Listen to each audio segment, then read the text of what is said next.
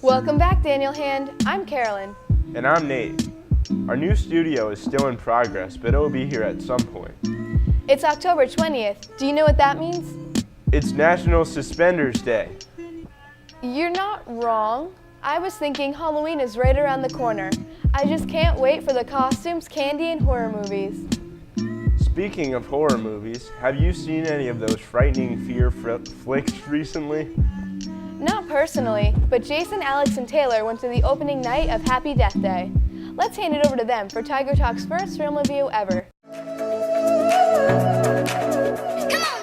We decided to take advantage of Friday the 13th and head to Westbrook to watch the latest horror movie, Happy Death Day. Armed with our snacks, we headed into the theater.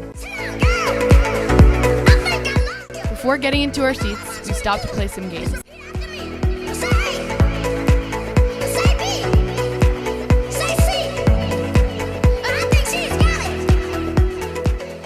After setting a few high scores, we headed into the packed theater.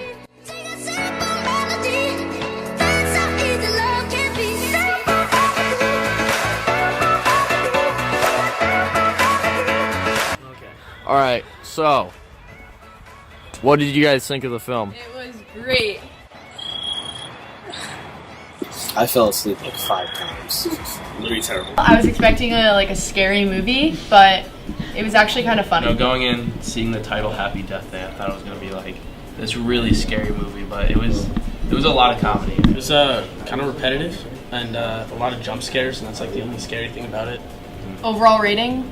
I'd probably give it like a 5 out of 10, honestly. Yeah, I'm right around there, 5 or 6 out of 10. I would say like a 7 or 8 out of 10. Where the movie magic happens. This is Alex, Jason.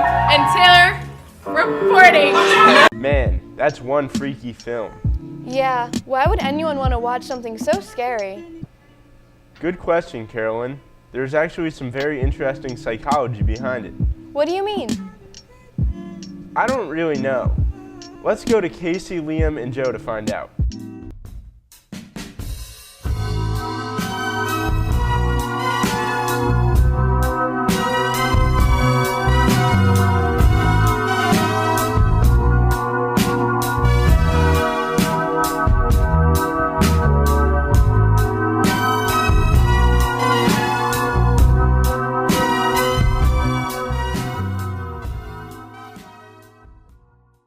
So I'm here with Jason right now. I'm realizing, we spend, $15 on a ticket, and then $15 more getting some snacks, just so we can scare ourselves. And I wanted to know why we do that. So we went around and we asked a bunch of kids what they thought. Do you like horror movies? Yes. I do. No. Yeah. No. Yes. I like horror movies.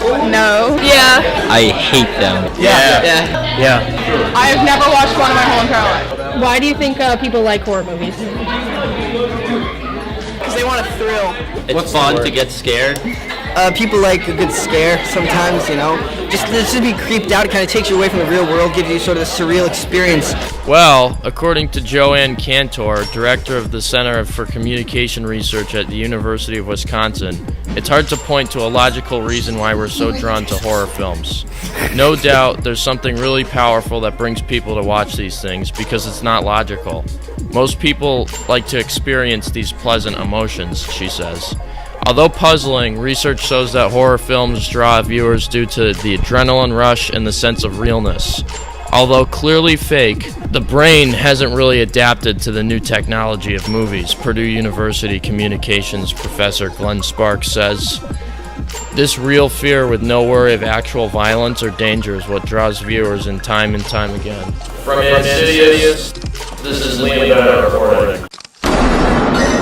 I had no idea there was so much psychology involved in horror. Yeah, it's giving me a headache right now. I think I need to take a knee. Whoa. That's pretty controversial. What do you mean? Do you watch the news at all? Kneeling during the national anthem is an increasingly heated topic. Let's switch it over to Zach, Adam, and Luke for the full story.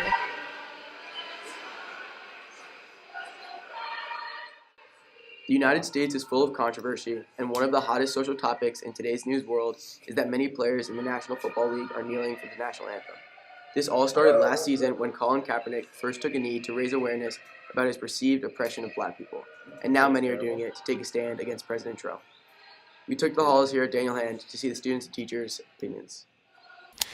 As of today, it's difficult to know the reasons why I think everyone is taking a knee. It seems to be a variety of different reasons. Most recently, there seemed to be a more unified movement of players taking a knee based on President Trump's comments that alienated a lot of players as he referred to them in a way that they thought was inappropriate. It's very disrespectful to our country and to our president, so I think there should be consequences. Students should stand for the pledge because people have died for our country. They're, like I said, they're representing a freedom that we have that our troops are fighting for, so I don't think it's disrespectful to veterans or active members of the armed forces. I think it's actually representing and supporting what they're doing. They're fighting for our freedoms, which is what we should be trying to fight for every day.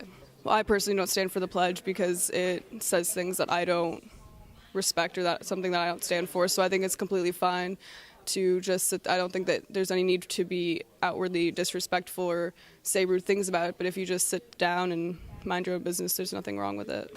So I understand why they're saying they're kneeling for during the national anthem, going on and on about how, black people aren't treated correctly in the United States and all that. It doesn't make any sense, and they say that they're kneel during it to, spread awareness about how people are being treated unequally in the United States, which makes absolutely no sense, because if they open their ears and listen to the national anthem, it has absolutely nothing to do with people being treated equally in the United States. It's about respecting those who have died in the line of service. You're hired and on the clock, you shouldn't be protesting. I was in the military for 20 years, and you could not stand for the pledge whenever you want. But if you're in uniform, that's your job, that's what you do. It happens all the time. It's fine. That's their choice. That's their right. I'm sure that some teachers feel the same. It's something that you choose to do to honor the flag, to give a moment of reflection, to honor the country. It's more of a tradition. It doesn't bother me at all if a student doesn't stand.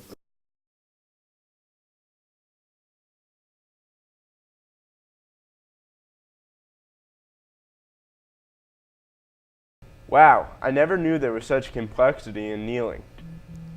Yeah, a little gesture can go a long way. Well, that's all the time we have for today. See you next week, Daniel Hand.